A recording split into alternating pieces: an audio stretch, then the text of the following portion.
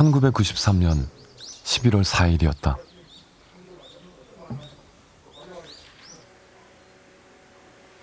이 태설당에 올라오니까 스님께서 하시는 말씀이 아무래도 그동안에 너한테 너무 신세를 맞았다. 이제는 세연을 다 거두어야 되겠다. 이놈아, 너희들 참선 잘해래, 잘하거래. 이제 이 말씀을 이제 하시길래 이해하고 그러고는 아무 말씀이 없으십니다. 성철 스님은 그렇게 열반에 드셨다. 57년간 수행자의 길을 걸으며 큰 가르침을 남긴 성철 스님의 마지막 길을 배웅하기 위해 전국에서 사람들이 모여들었다. 다비식에 참석한 인파가 30여만 명. 해인사박 30리길이 애도 인파로 가득했다.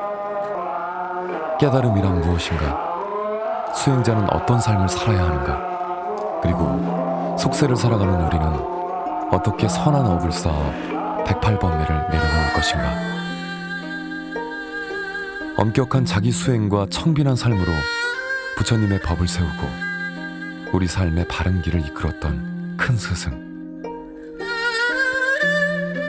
성철 스님이 이 땅에 온 지 100년. 성철 스님은 여전히 우리와 함께 살아 숨쉬고 있다. 항시 공부인 자세로 살았으니까 평생 꾸준히 헛투 살지 않고.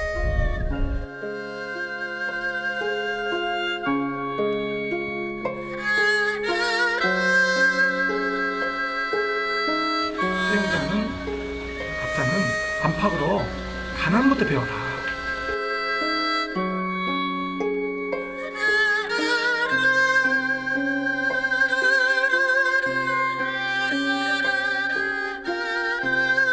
한번 본인이 정해놓은 규칙을 이제 어느 순간이라도 흥크러지지 않고 그걸 이제 깨지 않으려고 지키려고 노력하시는 어른이 되어서.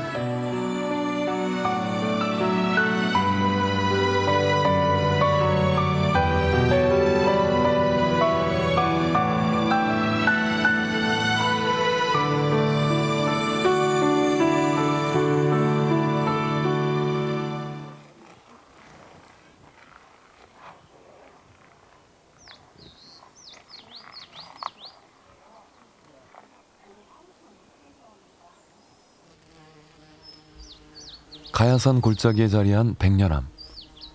백년암은 합천 해인사의 산내 암자 중에서도 가장 높은 곳에 위치한다.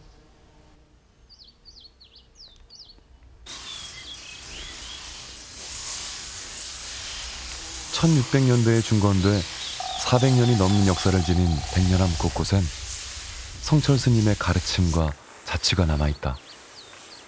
성철 스님이 열반에 들기 전까지 30여 년을 거처했던 곳이다.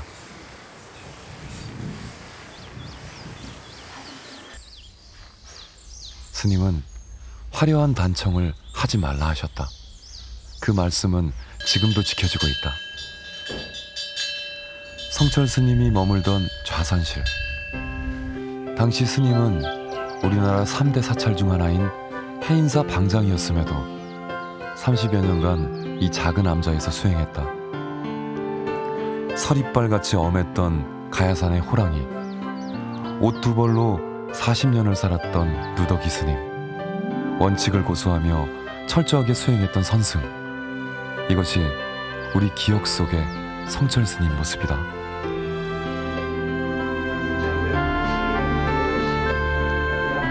(1981년) 조계종 종정 취임식.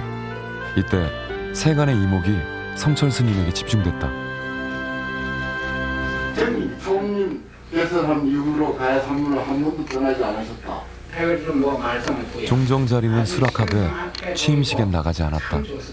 산승은 산을 지켜야 한다. 그것이 스님의 뜻이다. 앉아다니는 사람 필요하겠는데 이게 나들 종사를 가능하겠어.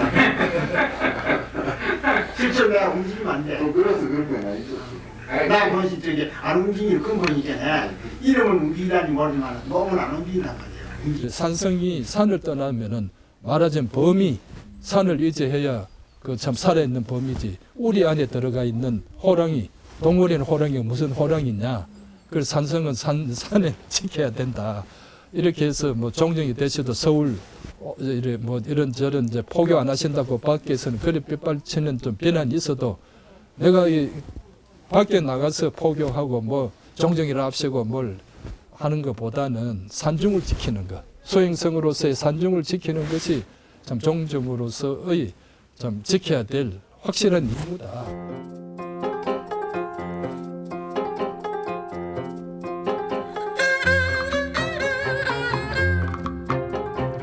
통념을 뒤엎는 성철 스님의 행보는 당시 큰 화제가 됐다.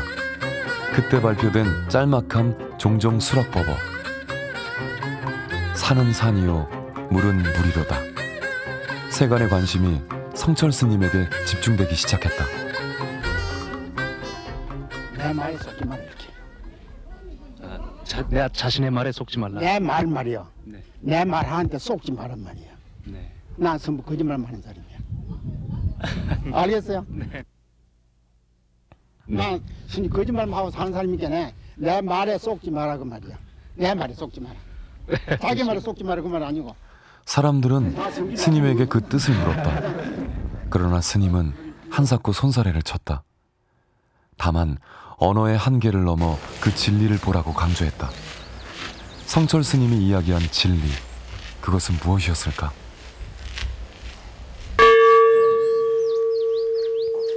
현재 백년암은 성철 스님이 열반에 들기 전까지 20년간 시봉했던 제자 원택 스님이 지키고 있다. 성철 스님이 열반한 후에도 그가 여기 남아있는 것은 그 가르침을 깨우치고 스승이 했던 것처럼 수행 정진하기 위해서다.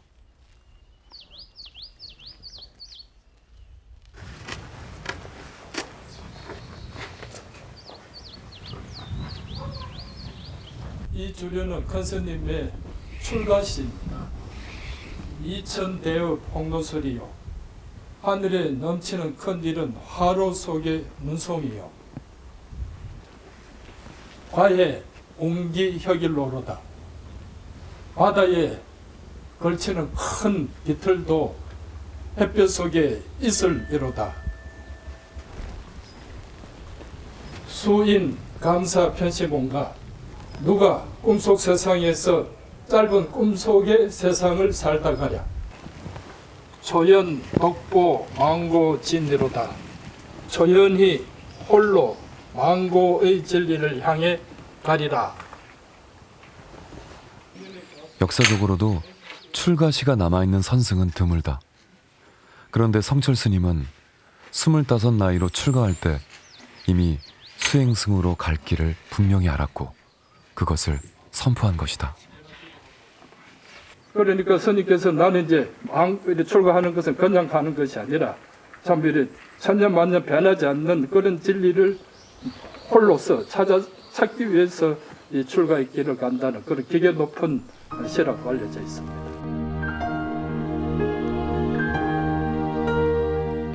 성철 스님의 속명은 이영주.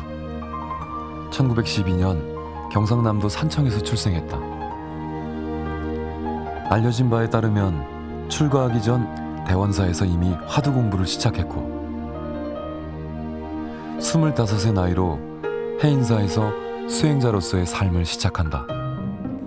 그리고 57년 얼마나 바르게 부처님의 법을 따를 것인가. 성철 스님은 오직 그 한 길을 걸어갔다.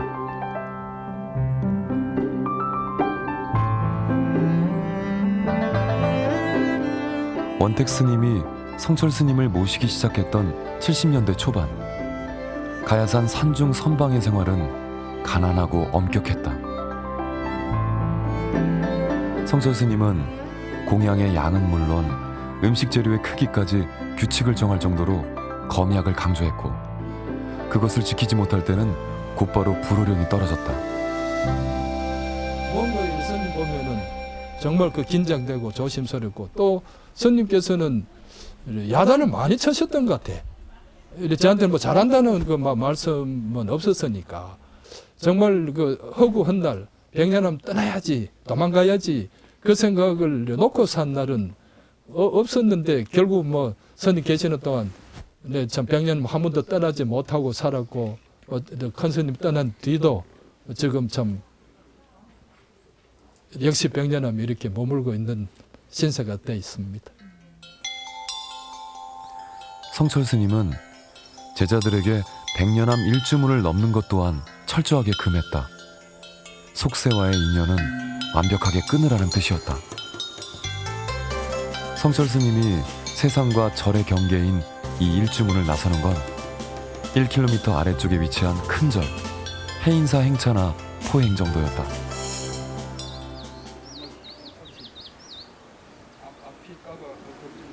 포행은 사찰 주변을 천천히 걸으면서 참선하는 불가의 수행 방법이다.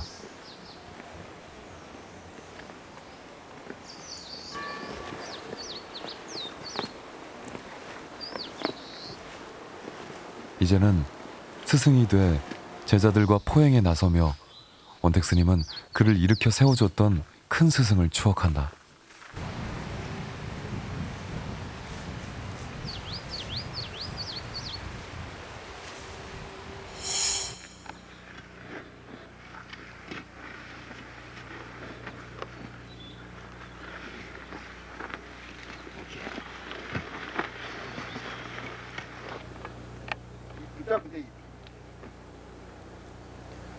백년암에서 해인사 사이, 성철 스님은 늘 이 바위에서 잠시 숨을 돌리곤 했다.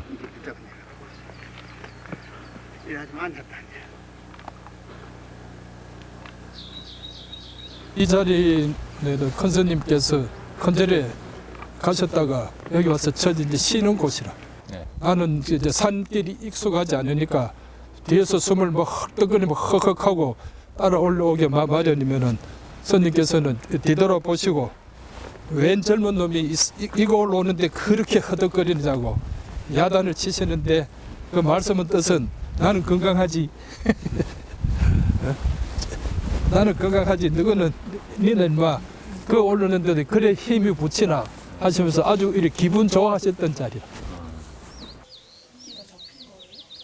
움직임 하나, 말 한마디 한마디가 아직도 생생하게 기억되는 스승. 그가 성철이다. 우리 경책이랄까 하시는 것 중에서 우리 스님들은 우리 신도님들의 시주물, 신도님들이 이제 참 스님들을 올리는 공양물로서 살아가는 사람들이니까 시주물은 또 독화살처럼 전략하고 무서운 줄 알아라는 그런 말씀을 많이 하셨는데, 그래 당신께서는 그저 솔선수범하시면은 종이 한 장도 스님께서는 함부로 쓰시는 법이 있고 그걸 꼭 석장 혹은 네 조각을 내서 밥상에 물을 떨어뜨린 자면은 그렇게 짜작짜작하게 쓰시지. 그걸로 우리처럼 막 둘둘 말아가지고 탁탁 하면은 그 다음에 나오신 그 이제 떨어지는 벼락이 니에비가 만석구이가 니에비가 천석구이가 그렇게 이제 물건을 몸을 지탱하는 최소한의 물질 이상을 엄히 경계하던 그 정신은 어디에서부터 시작된 것일까?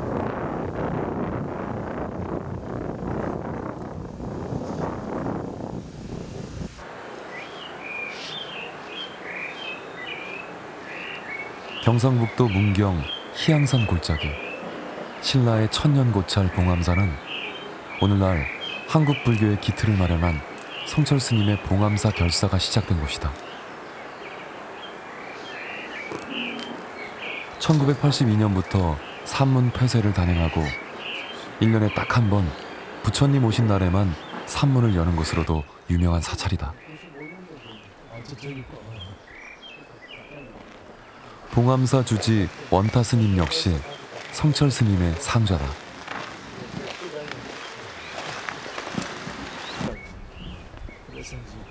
그러니까 가장 오래된 목조 건물 법주사 8상대. 성철 스님 47년도 이후에 3년 결사하실 때 낮에 주로 혼자서 정진하실 때 이 극락전에서 정진하셨다고들 다 말씀하신 것입니다. 1947년 광복은 됐지만 한국 불교는 여전히 외색 불교의 영향에서 벗어나지 못하고 혼탁해 있던 시기다. 한국 불교를 어떻게 제자리로 돌려놓을 것인가? 성철 스님을 비롯해 청담, 자운, 우봉 스님 등 수행 열기로 뜨겁던 20, 30대의 스님 20여 명이 봉암사로 모여들었다. 이들은 부처님의 가르침 외에는 어떤 사상이나 제도도 모두 배격한다는 결사에 들어가는데 이것이 바로 봉암사 결사다.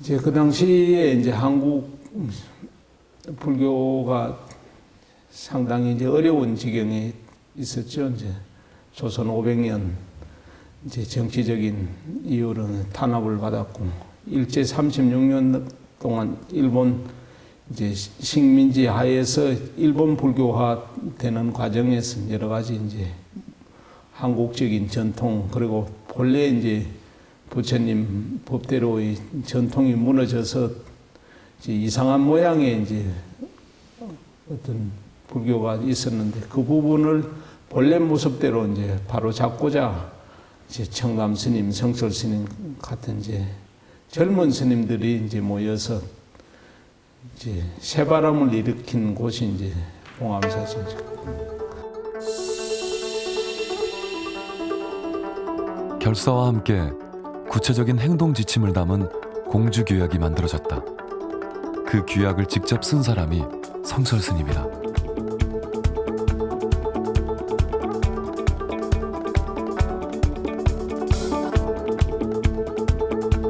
전혀 생활이 그전에 우리가 종전에 사던 생활하고는 딴판이라 모든 것이 처음 보는 거니까 좀 이상하기도 하고 무서운 점도 있고 아침에 자고 일어나면 의뢰 말하자면 막 그 예불 모시고 나면 또 이제 공부하다가 식사 전에 아침 식사 전에 또 마당 씻고 이제 일과를 하는 것이 나무하고 밭 내고 마당 씻고 그리고 또 이제 그때만 하더라도 식량이 부족하니까 거기서 이제 그 산골 논밭이 있는데 그 수입이 조그만해요. 그러니까 우리가 그때는 어떻게 하면 시민들이 전부 음력 10월 보름 지내고 나서는 결제해놓고는 동량을 나가요. 승려들이 시주에 의한 생활을 청산하고 노동과 탁발로 자급자족을 하는 것을 원칙으로 삼는 불교 전통을 되살리겠다는 봉암사 결사자들의 굳은 약속이었다. 넓은 밭 그거니 맨날 그냥 뭐 먼지 투성이가 돼가지고 대중이 그런 풀멜라니 죽을 지경이거든. 그보다 불평하는 사람도 많고 하니까 원주가 마을 사람 데려다가 그냥 싹 풀을 깨끗하게 매놨는데 남이 그걸 알고 막 난리가 나서 원주를 잡아다가 호통을 쳐가지고 쫓겨나 버리지. 성철 스님의 봉암사 결사는 이후 한국 불교의 기풍을 바로잡는 원칙이 된다. 엄격한 규율과 참선을 강조한 선불교의 전통도 공주규약을 통해 되살아난 것이다. 지금 이제 우리 사회에서 볼 때 30대 후반 나이로 절에 들어온 지 이제 12년 정도 되는 성락 가지고 전체 불교 흐름을 뒤바꿀 수 있는 그런 이제 생각과 행동을 보여줬다는 것이 이제 굉장한 사건이죠. 이제. 그래서 그것이 기폭제가 돼서 결국은 50년대 이제 불교 정화 운동이 일어나고 1962년에 이제 명실공히 이제 대한불교 조계종이라는 지금의 종단이 이제 태어나게 된 이제 모태가 되었다고 할 수 있죠.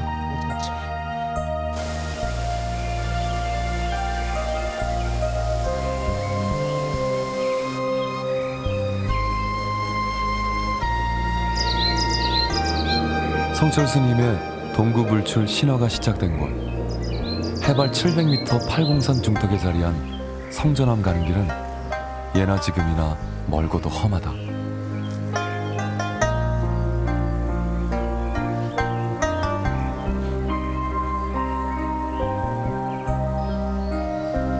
마치 벼랑에 붙어있는 듯한 이 작은 암자에서 성철 스님은 40대 중반이던 1955년부터 1964년까지 10년간 머무른다.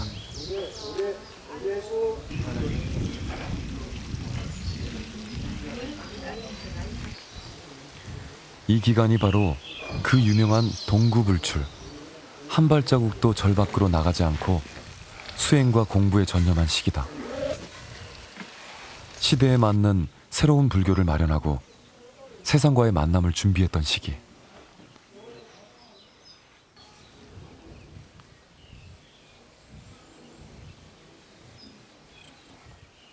성철 스님은 암자 주변에 철조망을 치고 외부와 스스로를 단절시킨다.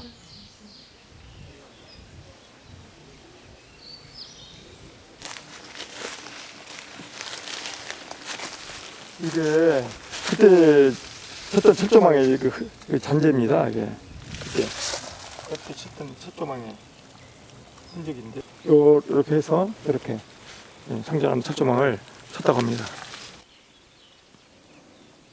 철조망을 다 쳐놓고 큰 스님께 철조망으로 이렇게 둘러있으니 이제 우리는 갇힌 것이네요. 이렇게 하니까 아니지. 이 사무소가 안에 있으니 갇힌 것은 그 반대쪽이지. 그렇게 웃으면서 말씀하셨다고 그런 말을 들었습니다.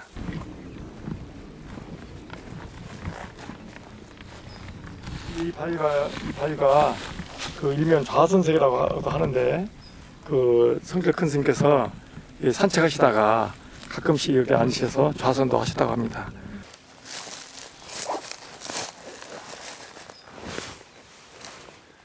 철조망은 외부인이 들어오지 못하게 하려는 뜻도 있었지만 그보다 안에서 밖으로 나가지 않겠다는 모진 각오를 반영한 것이었다.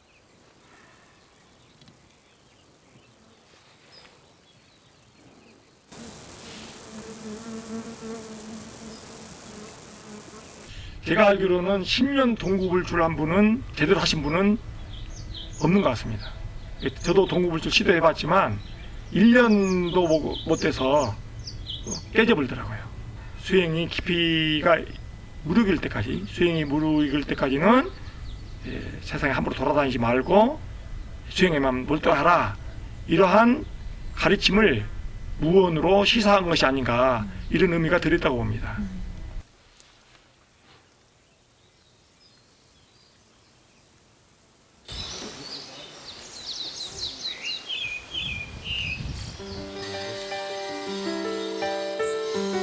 성전암 시절 성철 스님은 공주규약의 노동정신을 철저하게 실천했다. 뒷산에서 뗄나무를 저으고 채소도 직접 가꿔 먹었다. 하루 일하지 않으면 하루 먹지 않는다는 원칙.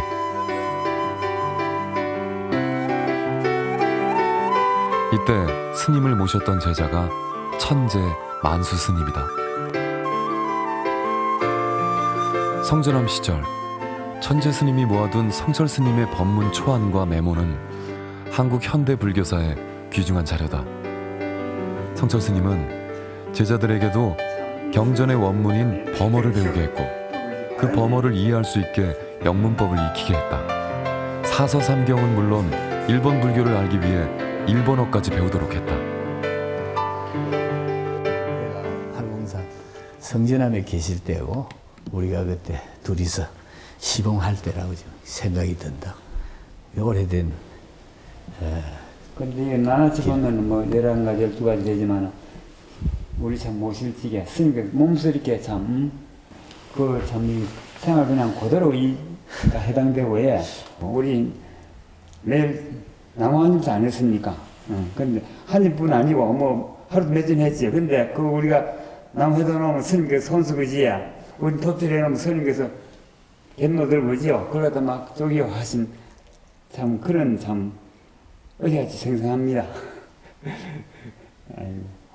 그리고 그때 생각을 하면은 많이 먹고 죽을 것이냐, 작게 먹고 살 것이냐, 이런 표어를 늘 외우도록 연불처럼 외우도록 하면서 밥을 작게 먹도록 하고 그렇게 딱 표시를 해놓고 지켜보고 그랬잖아요, 그죠? 내가 그 지나간 얘기지만 고향이 대단히 이제 그 부족했는데 그렇다고 약속을 갖다 거역할 수가 없고 그래서 밥을 퍼다가 죽에 묻은 걸 먼저 먹고 이렇게 내가 이제 방에 들어오고 한 게 지금 생각이 난다. 근데 스님 그러면 그보다 철망치고 났으니까 그지요. 의뢰 참말하면 스님 배우러 오려고 그지요. 배우러 온 분들이 그죠. 참 한사구 스님 배우러 가고 또 우리는 또 이제 신자들로서 그지요. 그 참 그 사람들 마음 묻어가는 일이 몰려왔는데 그 참 뜻을 전화 드리니까는 스님이 이런 지하에 안 된다고 그죠. 그러니까 우리 좀 난감해한 그런 기억이 있습니다. 어쨌든 대단히 그 자기 소신에 자기와의 약속을 충실히 지켰다는 뭐 이런 생각이 든다고.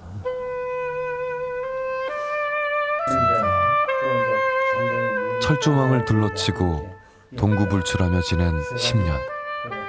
그 긴 정진의 시기는 성철 스님이 어려운 불교 이론을 현대적으로 알기 쉽게 재해석하고 현대 과학과의 접목을 모색했던 시기다. 불교가 종전의 기복 신앙을 벗어나 시대 변화에 따라야 한다는 것이 성철 스님의 지론이었다.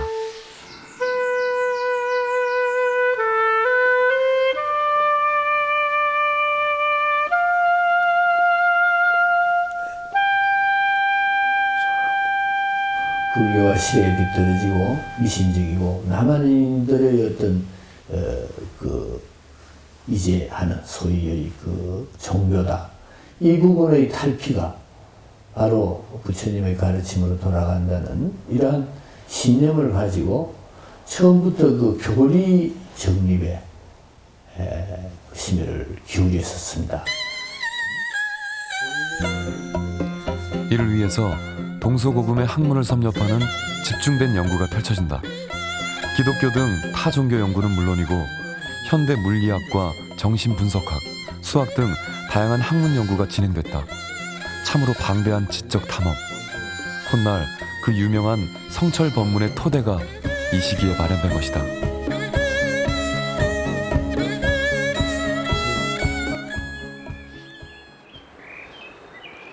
불교 이론을 새롭게 집대성한 큰 스님이었지만 그 차림은 누구보다 소박했다.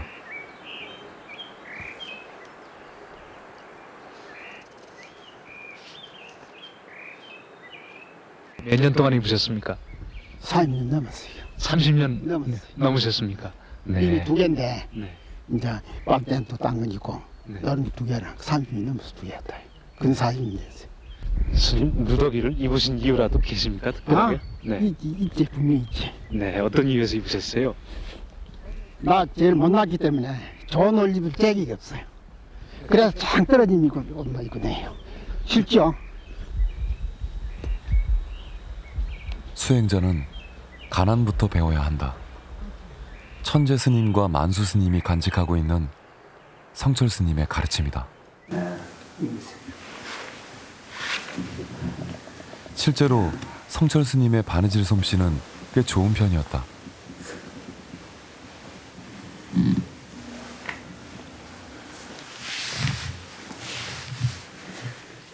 수행자라면 기워 입고 살 줄 알아야 된다는 것이 스님의 말씀이었고 웬만해선 제자들에게 바느질을 맡기지 않았다.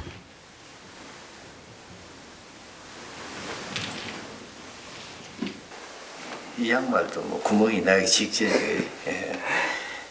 이런 걸 신으시고 스님이랑 내가 이제 누드 입었는데 그막 어뢰 그냥 막 기회 없도록 그렇게 해가지고 어떻게 보면 막 본살이 다 그냥 떨어져 나가고 뭐 덧붙인 그것만 이렇게 이제 있어가지고 그래가지고 참 진짜 누드 입고 다니셨지. 지금 생각하면은 그 전생의 일로 오래된 전생의 일로 느껴질 만큼 세상이 많이 변한 거죠. 그리고 성철 스님의 구멍난 양말과 누더기 옷은 평생 한 치의 흐트러짐 없이 이어졌다. 그가 이토록 철저하게 청빈을 실천했던 까닭은 무엇이었을까? 그래 어떻게 보면 우리가 스님을 모신 게 아니고 스님이 우리를 갖다가 이렇게 참 말하면 설명의 의지요. 이 몸소이고 말하자면 우리에게 이제 가르쳐 주신 건데 물건도 이런데 시간도 참 말하자면 뺏기고 어떻든 그 목적은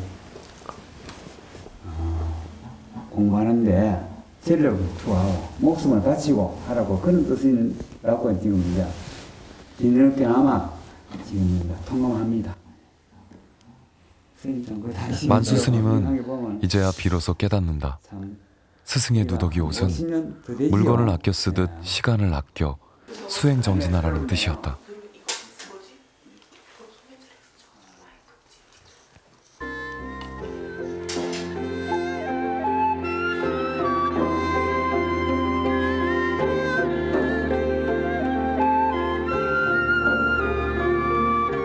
출가 직후부터 전국 선원을 찾아다니며 수행에 정진하던 성철 스님.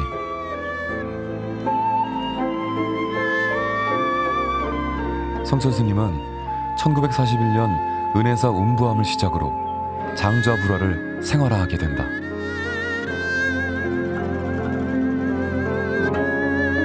그 소식은 수행자들 사이에서도 차마 믿을 수 없는 일이었다. 만행 중에 그러니까 저 도봉산까지 교통도 안 좋을 때 하실 일이 있어서 가셨는데 이제 걸어서 올라가는데 그 피곤한데도 불구하고 장좌불화를 지키신 거예요.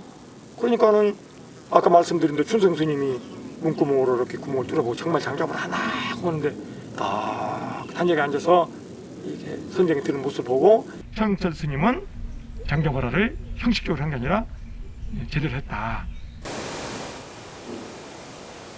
장좌불화는 눕지도 기대지도 않고 졸지도 않고 가부좌로 용맹정진하는 최고 수준의 수행이다.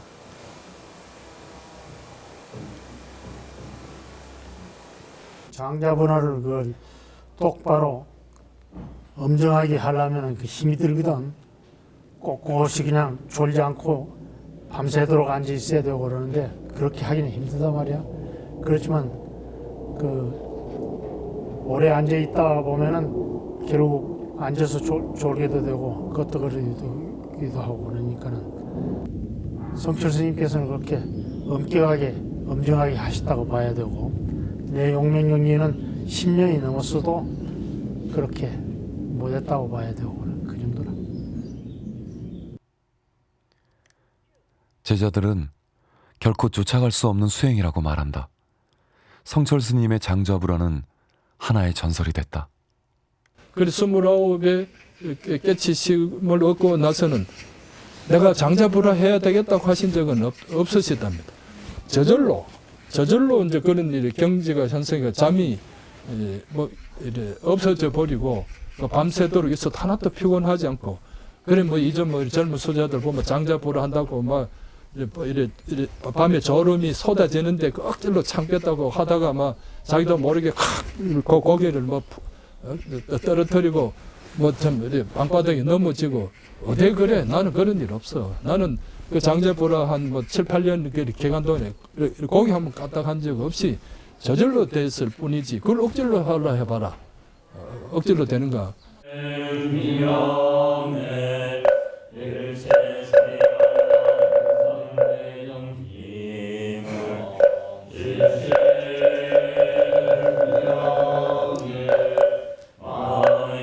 깨달음을 향한 수행자들의 하루는 아침 예불 108배로 시작된다.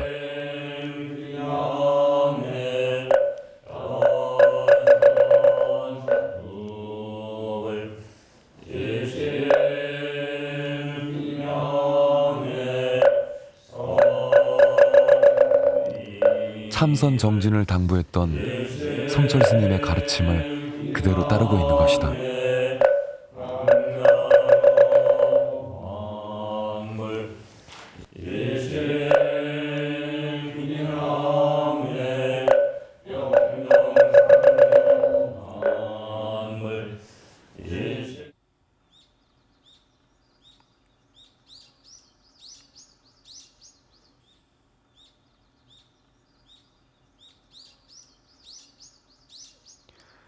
스스로에게 엄격했던 만큼 성철 스님은 제자들에게 무서운 스승이었다.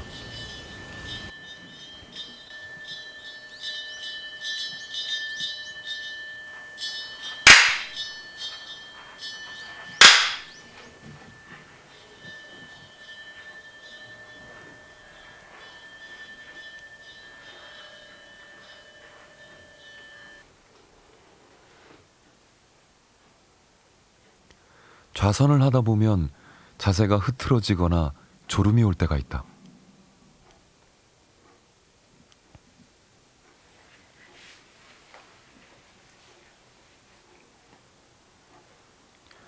이때는 순번을 정해 경책자를 세우고 죽비로 어깨 죽지를 가볍게 때려서 자세를 바로잡게 한다. 그런데 성철 스님의 경책은 이쯤에서 끝나지 않았다. 수시로 이제 대중선방이라든지 해인사 전체를 이제 다니셨죠. 그래서 이제 앉아서 존다든지 아까처럼 잡담을 한다든지 이제 이러면 뭐 여지없이 이제 혼이 나고 선방 안에서도 만약에 이제 정진 시간에 이제 깜빡이라도 졸고 고개를 까뜩거린다든지 하면 이제 죽비로 이제 등을 이제 세 차례씩 여지없이 이제 경책을 하시죠. 이제 때리시죠. 이제 그 소리가 이제 워낙 커서 이제 옆 모든 이제 40명, 50명 대중이 살아도 이제 깜짝 놀래죠. 이제 그러니까 나중에 이제 성철 스님 이제 발자국 소리만 이제 근처에 나도 사람들이 깜짝 놀래는 이런 이제 때도 있었죠. 그리고 이제 성철 스님의 죽비는 일반 죽비보다 3배 이상 크고 긴 장군 죽비였다. 더욱이 죽비를 내려칠 때 예고를 하는 법이 없었다. 이 무렵 생겨난 별명이 가야산 호랑이다. 그 당시에 60년대 말, 70년대, 80년대 이럴 때 이제 해인사에 살았던 스님들은 아련하게 성철 스님 이제 만나서 얘기해 보면 이제 그런 추억들이 굉장히 이제 좋고 아름다운 추억으로 가슴에 다 간직하고 있습니다. 모든 분들이. 네, 어느 분들인지 만나면 그 당시에 그런 이제 기상과 카리스마를 가지고 우리를 지도해 주실 분이 이제 요새 잘 없으니까 그것이 아쉽고 그립다고 다들 그래요. 그때는 누구나 흉내를 낼 수 없는 절대적인 힘을 갖고 계셨죠. 그분은 뭐 성철 스님만의 이제 특별한 힘이죠. 이제 그 부분은 이제.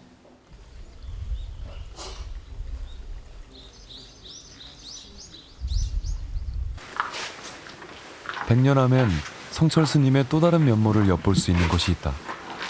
7천여 권의 책이 보관되어 있는 장경각. 이 책들은 대부분 1955년부터 10여 년간 성전하면서 스님이 읽고 공부했던 책들이다.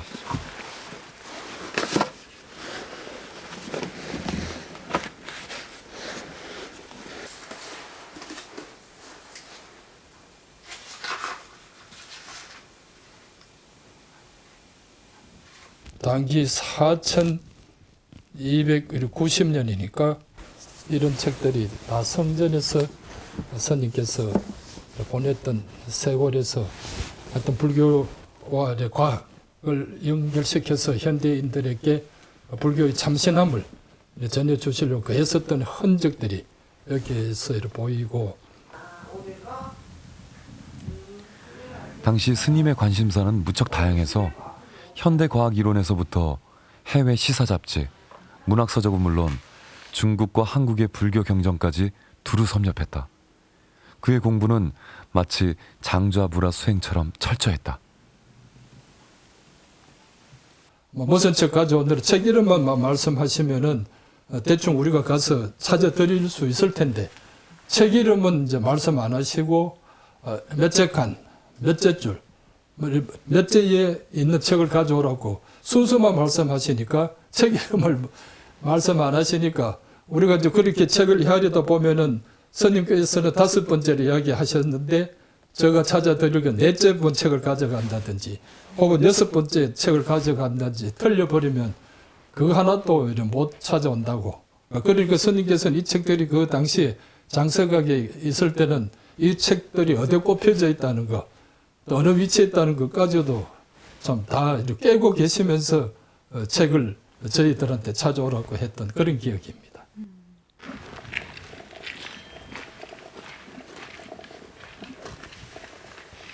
성철 스님은 생전에 1년에 한 번씩 바람 좋은 날을 골라 거풍을 했다. 거풍이란 책에 바람을 쐬는 작업을 말한다. 거풍은 제자들이 스님 책을 구경할 수 있는 날로 김장과 함께 백년암의 가장 큰 연례 행사였다.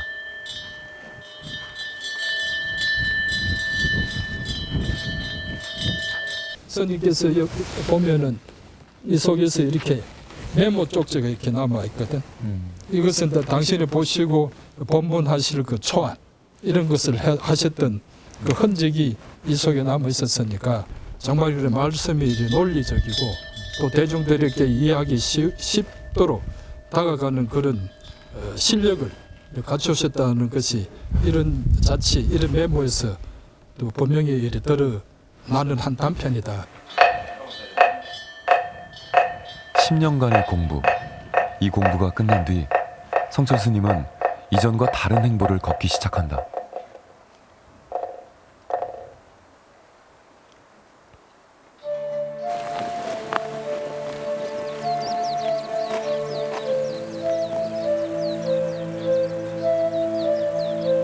(1965년) 성철 스님이 세상에 그 모습을 드러냈다.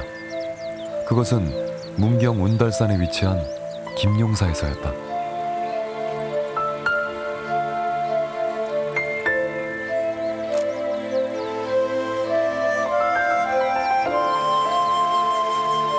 김용사 주변 사찰의 수행자들과 신도들, 그리고 한국 대학생 불교연합회 학생들까지 100여 명이 넘는 대중들을 모아놓고 공개적인 법문을 펼친 것이다.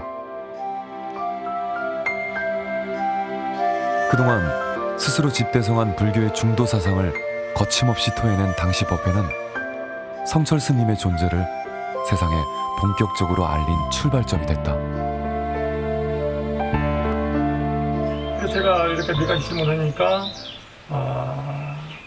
하여튼 그 원자 물리학 이론, 그다음에 무슨 유클리드 기하, 우선 수학, 또 실험 실명 요구를 막 쓰시면서 현대 학문의 최첨단 이론을 막 말씀하시길래 깜짝 놀랐어요. 아니 산중에 계신 스님이 이런 걸 어떻게 알 수 있을까? 이 방랑광기에 놀라가지고 깜짝 놀라서 아니 산중에 계신 스님께서 이런 걸 어떻게 하십니까? 아이고 제가 이제 그때는 학생이니까 큰 스님 그렇게 되지만 아직 그냥 하루까지 법무선인지 모르고 막 큰 스님한테 어떻게 큰 스님께서 이런 걸 다 하십니까? 그러니까 예끼는 밑가진 것이 뭘 안다고 하시면서 껄껄 웃으시는데 그 큰 스님에서 받았던 첫 인상은 굉장히 평행한 눈빛에다가 온몸에 그냥 위험이 가득 찬 그러면서도 보이지 않는 어떤 인간의 밑바탕에 그런 종합적인 어떤 뭘로 표현할 수 없는 그런 느낌을 받게 됐습니다. 이 원자물력에서 근본은 부산구계를 실질적으로 실험에 성공을 했단 말이에요. 아인슈타인이 상대에서 이론했습니다. 등가원이라는 걸 제시했어요. 등가원. 등가원이라는 건 무엇이냐면은 이 자연계를 구성하고 있는 모든 것은 말이에요. 에너지와 질량 두 가지로 구성이 되어 있는데 결국은 에너지가 질량이고 질량이 에너지단 말이에요. 같다고 말이에요. 그래서 1967년 성철 스님은 해인사 방장으로 취임하며 본격적으로 대중들과 만나기 시작한다. 성철 스님의 100일 법문이다. 이 100일 법문은 부처님이 깨친 중도를 중심으로 2600년 불교사를 한 줄로 깨고 있는 최고의 법문으로 평가받고 있다. 석가모니는 깨달음을 얻은 뒤 중도를 설법했다. 있음과 없음, 태어남과 죽음, 만들어짐과 사라짐 같이 상대적인 것들은 세상의 본래 모습이 아니므로 만들어짐과 사라짐이 없는 불생불멸로 보라는 것이 중도다. 스님들 반응은 놀라웠죠. 그동안에 듣지 못했던 그래서 불교를 체계적으로 이해하고 그렇기 때문에 참선을 정말 열심히 해야 되겠구나. 그때는 굉장히 정말 스님들이 발심하고 열심히 공부해야겠다는 그런 불교 사상을 정립하고 발심하는 그런 모습으로 좀 느껴졌어요.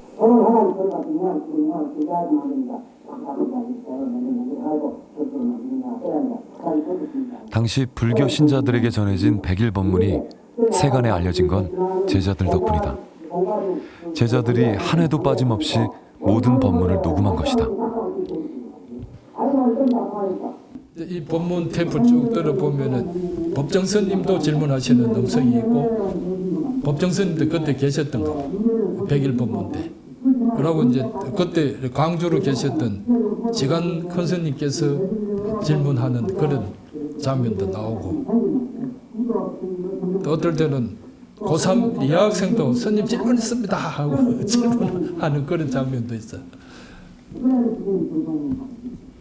이중 말로 하면 상방향 그 대화를 하시면서 이 법문을 진행하셨다는 것은 그 모이신 대중들을 위해서 얼마나 스님께서 관심과 그 또 대중들에게 좀 당신의 그 생각을 전하려고 애를 쓰고 계셨나. 이 녹음 내용을 정리하는 데 걸린 시간이 5년. 원택 스님에게는 고된 수행의 과정이었다.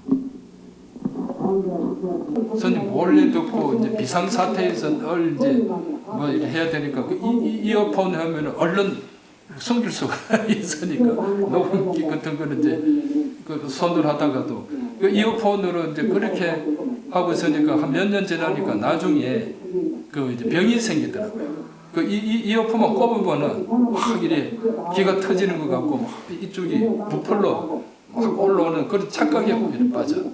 또 그거 극복한다고 그 뒤에 녹음을 다 마치고는 꽤 고생을 했어요. 성철 스님은 이후 26년간 해인사를 떠나지 않았다. 수백 명에 달하는 제자들을 길러내고 조계종 종정으로 활동하며 본성과 원칙의 중요함을 강조했다.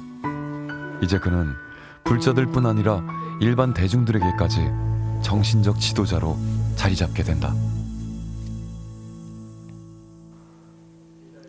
1993년 11월 4일 82년간의 성철 스님과 세속의 인연은 끝이 났다.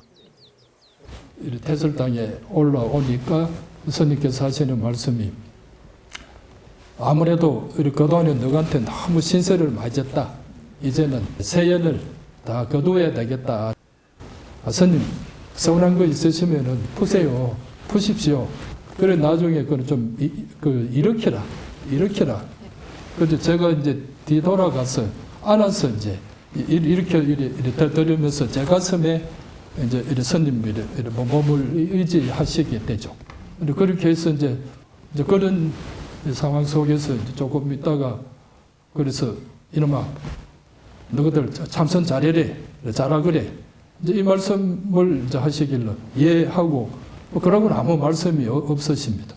그러고 이제 뭐 조금 있으니까 아무 일이 기척이 없으십니다. 그래서 왜 기척이 없으시지 하고 있는데 그때는 이미 이제 스님도 그래 조용히 이제 이렇게 가셨으니까. 성철 스님이 남긴 유품은 낡은 옷 한두 벌과 오래된 지팡이, 검정 고무신이 전부였다. 제자들에게 참선 수행을 당부했던 스님. 큰 스승의 열반을 지켜보며 대중들은 물었다. 우리는 어떻게 살아야 합니까?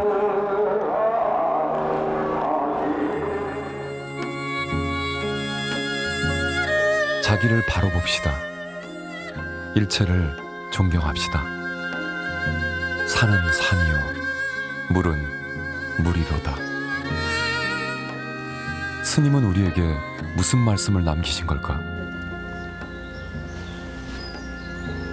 산은 산이요, 물은 물이로다.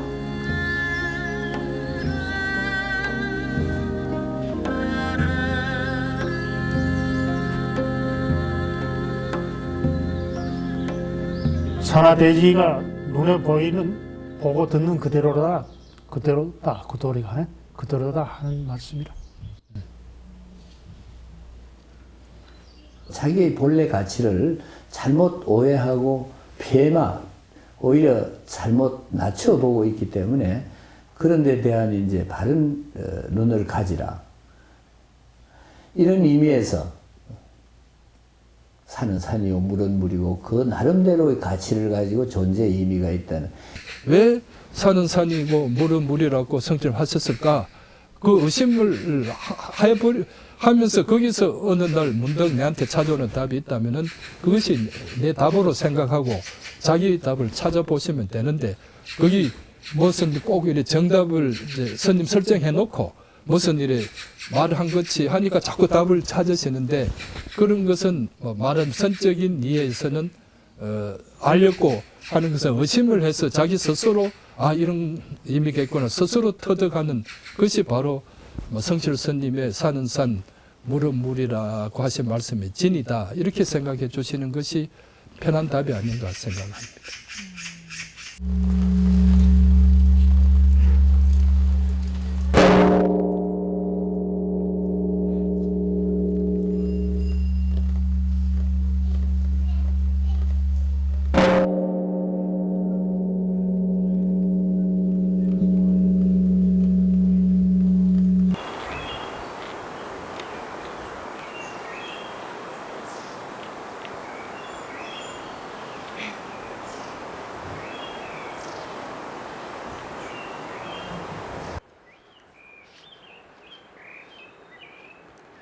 성철 스님이 이 땅에 오신 지 100년.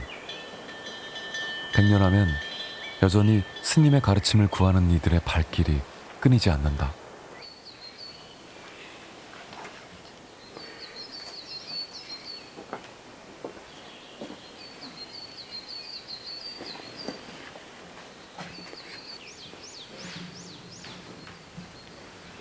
법원 스님은 참선 수행을 위해 5000배 정진 중이다.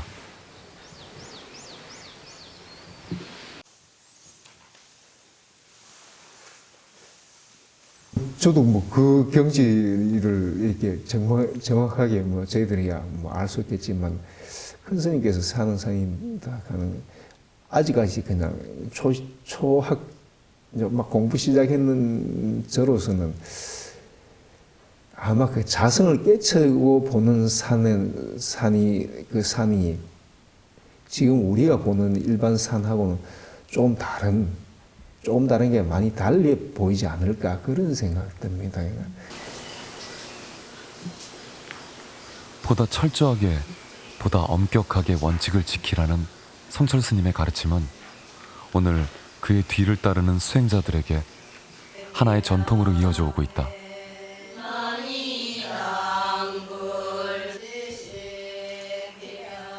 매주 100년암에선 성철 스님이 강조한 3000배 수행이 계속된다.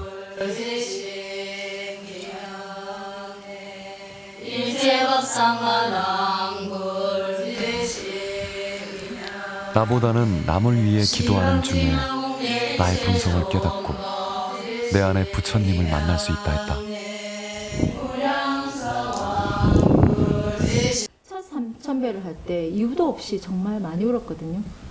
한 2200배부터 아파서 울고 2500배부터는 뭐랄까 뭔가 마음속에서부터 그 올라오는 그런 울음 있잖아요.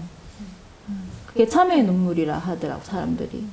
그 이전에는 제가 여러 가지 저 위주로 생각하고 저 위주로 판단하고 제 위주로 모든 그 생각을 하며 생활해왔던 것 같아요. 내가 맨 먼저 생각하는 제 자신 위주로 생각을 하며 살아왔죠. 근데 이번 3000배를 하면서 나보다는 다른 사람을 생각하게 되고 내 주위를 생각하게 되고. 사람들은 저마다 자신의 길을 걷는다. 겉으로 드러난 그 차이를 보고 우리는 시기하고 질투하고 미워한다. 성철 스님은 자신을 귀하게 여기라고 했다. 사람이 모두 금덩어리인데 눈을 감고 있기 때문에 금덩어리인 줄 모르는 것이니 눈을 뜨고 자신을 바로 보라 했다. 그 좋은 스승 모시고 너무 이제 이뤄놓은 게 없어서 얻은 것이 없어서 너무 이제 스스로도 미안하고 남들한테도 미안하게 생각하죠.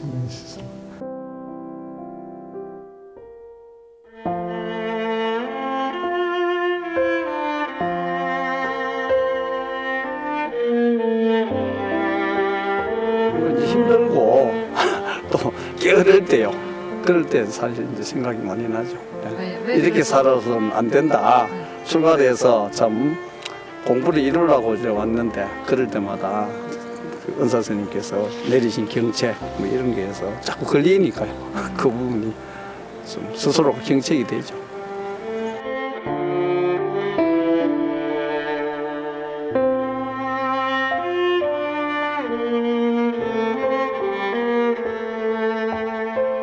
그 길이 무슨 길인지 큰 스님은 그렇게 쉽게 가셨다는 길이 우리한테는 이렇게 멀고 먼 긴 줄은 정말 몰랐습니다. 이렇게 멀고 먼 긴 줄 알았으면 내가 출가했을까 싶은 생각이 이제.